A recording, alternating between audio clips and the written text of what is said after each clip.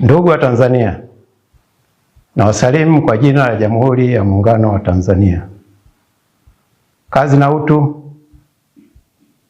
Naitwa Luteni Kanali Sylvester Morris Mangule, Mkurugenzi wa Habari na Uhusiano wa Jeshi la Ulinzi la Wananchi wa Tanzania.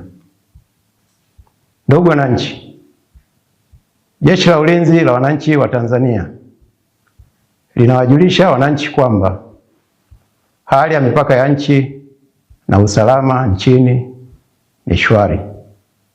Hali hii imechangiwa na ari ya wananchi ya kulinda na kudumisha amani na moyo wao wa kizalendo katika kushirikiana na vyombo vya ulinzi na usalama. Utulivu na amani uliopo nchini umewezesha wananchi kuendelea na shughuli zao za ujenzi wa taifa. Pamoja na uwepo wa hali ya amani na utulivu, kumekuwa na uhamasishaji na upotoshaji unaofanywa na wasioitakia mema nchi yetu, kwa kuwataka wananchi kushiriki kwenye vitendo vya vurugu na uvunjifu wa amani na utulivu nchini. Watu hao wanafanya uhamasishaji na upotoshaji huo kwa kulichafua jeshi kwamba litahusika kuwalinda wafanya vurugu na ghasia hizo. Vitendo hivyo vinaweza kusababisha madhara kwa washiriki na wananchi wengine, uharibifu wa mali, kuvuruga shughuli za wananchi za kila siku na hatimaye kuharibu uchumi wa nchi.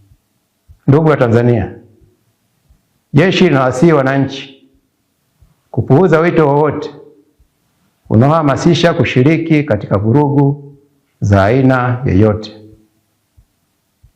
Pia linawataka kutoshiriki katika vurugu na uvunjifu wa amani, bali waendelee na shughuli zao za kila siku za ujenzi wa taifa bila hofu yoyote.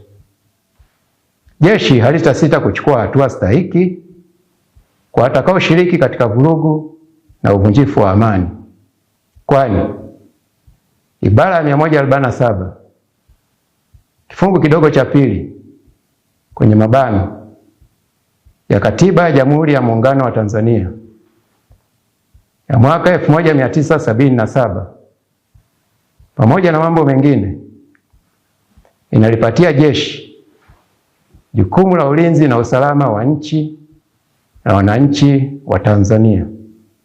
Aidha, jeshi limepewa mamlaka ya kisheria kusaidia mamlaka za kiraia pale kunapotokea vurugu, ghasia na uvunjifu wa amani nchini kwa mujibu wa kifungu cha 22 cha Sheria ya Ulinzi wa Taifa sura ya 192.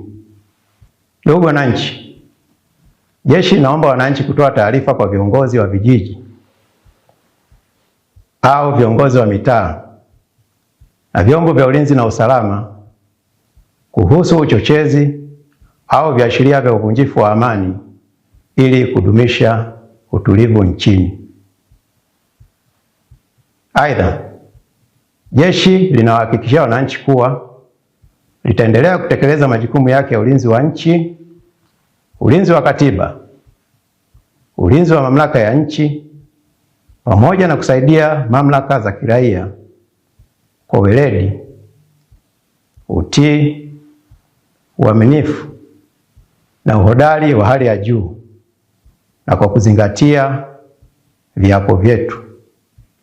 Ndugu wa Tanzania, jeshi linaendelea kushirikiana na wananchi pamoja na vyombo vya usalama ili kudumisha amani, utulivu na umoja kwa maendeleo ya taifa pamoja na wananchi wake.